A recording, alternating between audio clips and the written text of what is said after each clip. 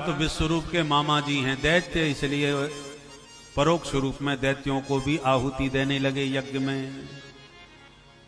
इंद्र ने क्रोध में आकर के गुरु जी की ही गर्दन उड़ा दी, तो ब्रह्म हत्या लग गई। इंद्र ने ब्रह्म हत्या को 4 लोगों में बांट दिया। पहला भाग पृथ्वी को ऊसर भूमि के रूप में, दूसरा भाग वृक्षों को गोंद के रूप में, तीसरा भाग जल को झाग के रूप में, और चौथा भाग स्त्रियों को रजोधर्म के रूप में। 4 भाग में ब्रह्म हत्या बांट के इंद्र तो फ्री हो गए, परंतु त्वष्टा मुनि का मूड खराब हो गया। इंद्र शत्रुर विवर्धस्व माचरम जहि विद विषम। इंद्र को मारने के लिए एक तांत्रिक यज्ञ किया, उसमें मंत्र में त्रुटि हो गई तो वृत्तासुर पैदा हो गया। वृत्तासुर को आदेश दिया, इतना भयंकर असुर था कि देखते ही देवताओं में भगदड़ मच गई। भगवान के पास गए, प्रभु बचाओ इससे। भगवान बोले दधीच बाबा की हड्डियों के वज्र से ही ये मरेगा। तब जाके दधीच बाबा से प्रार्थना करी, दधीच जी ने अपने शरीर का दान किया, हड्डियों का वज्र निर्माण हुआ। तब जाके वृत्तासुर के सामने इंद्र आए। वृत्तासुर को तो वज्र में बिहारी जी का दर्शन होने लगा, और 4 श्लोकों में वृत्तासुर ने बहुत प्यारी भगवान से प्रार्थना करी। पुरुषार्थ चतुष्टय, धर्म अर्थ काम मोक्ष। वैष्णवों की दृष्टि में पुरुषार्थ चतुष्टय का स्वरूप कैसा होना चाहिए वो वृत्तासुर बता रहा है। हे हरे तब पादई का मूल, प्रभु जो आपके श्री चरणों से कभी पल भर को भी पृथक नहीं होते, ऐसे जो आपके दास हैं उन दासों का दास मुझे बना लीजिए। ये मन सदा आपका सुमिरन करता रहे, ये वाणी सदा आपके गुण गाती रहे, इन हाथों से सदा आपकी सेवा होती रहे। यही वैष्णव धर्म है, दासानुदास बन के रहना। और वैष्णवों की संपदा, उन्हें न स्वर्ग चाहिए, अरे स्वर्ग की बात छोड़ो, मोक्ष भी नहीं चाहिए, अपुनर्भवम वा। तो चाहिए क्या? त्वाम विरहय्य काम से, आपके विरह में छटपटाते रहें, आपके विरह में रोते रहें। संपन्न नारायण स्मृति ही, भगवान की स्मृति ही वैष्णवों की संपदा है, ये अर्थ है। और काम बोले आपको सतत याद करें, कैसे? अजात पक्षा एवं मातरं खगा स्तन्यं यथा वत्सतरा क्षुधार्ता प्रियं प्रियैव व्युषितं विषन्ना मनोरविन्दा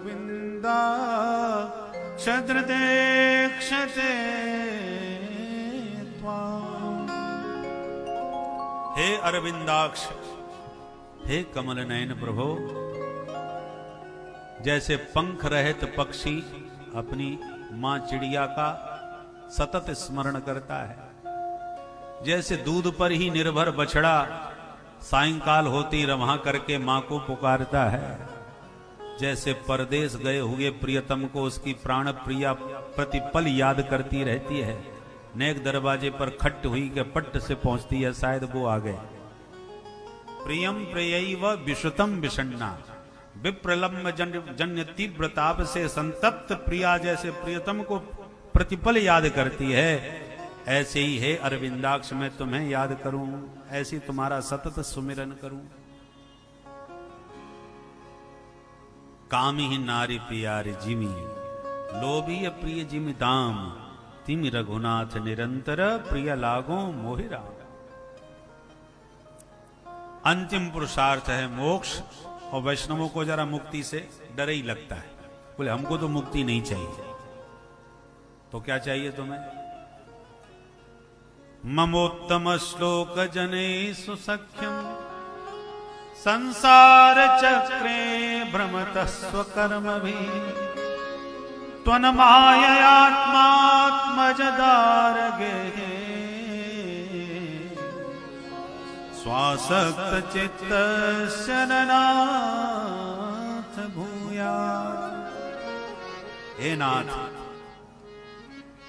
उत्तम श्लोक जनेषु सख्यम, उत्तम है जिनकी कीर्ति अथवा उत्तम पुरुषों के द्वारा जिनकी कीर्ति का गायन किया जाता है, ऐसे आपके जो परम भागवत संत हैं, सतत उनका संग मुझे मिलता रहे। भले ही मैं संसार के चक्र में खूब आऊं जाऊं, जन्म मरण होता रहे चलेगा, पर जब जब जन्म मिले तब तब भक्तों का संग मिले, और मुझे कोई कुछ नहीं चाहिए। अर्थ न धर्म न काम रुचि, गति न चहो निर्वाण, जन्म जन्म रति राम पद, यह वरदान न आन। और कुछ नहीं चाहिए। बहुत प्यारी स्तुति। वृत्तासुर के वचन सुन के तो इंद्र भी दंग रह गए। अहो दानव सिद्धोसी यस्यते मतिरीदृशी। प्रशंसा करी इंद्र ने। बाद में युद्ध हुआ, वज्र से वृत्तासुर के दोनों हाथ काट दिए, तो मुंह फाड़ करके वृत्तासुर ने इंद्र को ही रसगुल्ला की तरह गटक लिया साबुत। और नारायण कवच से इंद्र सुरक्षित थे, पेट में जाके भी मरे नहीं। हाथ में वज्र लेके गए थे, सो पेट में बैठे बैठे पेट फाड़ने लगे। 1 साल के बाद वृत्तासुर का पेट फटा, तब जाके बाहर निकले, वृत्तासुर समाप्त हुआ, इंद्र बच गए। महाराज, जब ये असुर था तो इतना पवित्र विचार इसमें कैसे आ गया? सुखदेव जी कहते हैं पूर्व जन्म का चित्रकेतु था, लाखों रानियां थी पर बच्चा कोई नहीं हुआ। बड़ी रानी को अंगिरा जी के दिए हुए फल से एक बेटा हो गया। अन्य रानियों ने सौतिया डाह करके उस बच्चे को जहर खिला के मार दिया। राजा खूब दहाड़ मार मार के रोए। नारद जी अंगिरा जी के साथ आए, समझाए, राजन कोयम शात तव राजेंद्र भवान यमन सोचती। ऐसे काहे क्यों रो रहे हो, किसके लिए रो रहे हो? बोले महाराज तुम्हें दिखाई नहीं पड़ता, बेटा मर गया मेरा। अच्छा तो बेटा के लिए रो रहे हो? शांति से बैठो, लो अभी तुम्हारे बेटे को बुलाते हैं। ऐसा मंत्र पढ़ा, जीवात्मा प्रकट हो गया सामने। नारद जी बोले, जीवात्मन पश्य भद्रम ते मातरम पितरम च। तुम्हारे मैया बाप तुम्हारे लिए कैसे दाढ़ मार के रो रहे हैं। बेटा इस शरीर में आओ, शेष आयु का भोग करो, मैया बाप को सुखी बनाओ। बेटा बेटा करके जैसी दौड़े माँ बाप। ओ बेटा बोला, 1 मिनट पिताजी कृपा करके बताइए कौन से नंबर के बाप हो? क्या मतलब, कैसे बोल रहा है? तेरे कोई 10-50 मैया बाप हैं क्या? मुस्कुराता जीवात्मा बोला, पिताजी माफ करना, मेरे हजारों नहीं लाखों मैया बाप बन चुके हैं। इतना मुझे याद है कि जब जब जन्म लेता हूं तब तक कोई ना कोई मैया बाप बन जाता है। कर्म भीर ब्राह्मण से देव तिरियंग नरयो निशु। हजारों शरीर मैंने धारण किए हैं, हर शरीर का कोई ना कोई माता पिता बना है। तो कस्मिन जन्मनि, आप कौन से जन्म के माँ बाप हो? पितरो मातरो भवन। नारद जी बोले, राजन परिचय दो अपना। सुई राजा को वैराग्य हो गया कि हम रो रो के अपनी आंखें फोड़ रहे हैं और वो हमारा नंबर पूछ रहा है। ऐसा तीव्र वैराग्य हो गया, बोले महाराज अब तो जहां जाना चाहे जाए, हमें जरूरत नहीं। जीवात्मा को विदा किया। नारद जी ने एक झटके में वैराग्य करा दिया, संकर्षण मंत्र दिया और चित्रकेतु ने तप किया, विद्याधर लोक को प्राप्त कर लिया। एक दिन भोले बाबा का दर्शन करने पहुंच गया तो भोले बाबा की अपनी मस्ती, पार्वती जी को गोद में बैठा के उनके कंधे पर हाथ रख करके और बढ़िया वेदांत का प्रवचन दे रहे थे सनकादि के ऋषियों को। ये दृश्य जब चित्रकेतु ने देखा तो हंसने लगा। देखो इन धर्माचार्यों का हाल, शर्म नहीं आ रही, भरे समाज में सभा के बीच में पत्नी को गोद में बैठाए प्रवचन दे रहे हैं, ये कोई तरीका है इनका? एस लोक गुरु साक्षात धर्मम वक्ता शरीरिणाम आस्ते मुख्य सभायाम वही मिथुनी भूय भार्य। बोले बाबा तो हंस के रह गए, परंतु पार्वती जी को बहुत बुरा लग गया। दुष्ट कहीं के तू हमें प्रवचन दे रहा है, हमें सिखाने आया है। अतः पापी असीम योनिम आसुरीम या ही दुर्मते।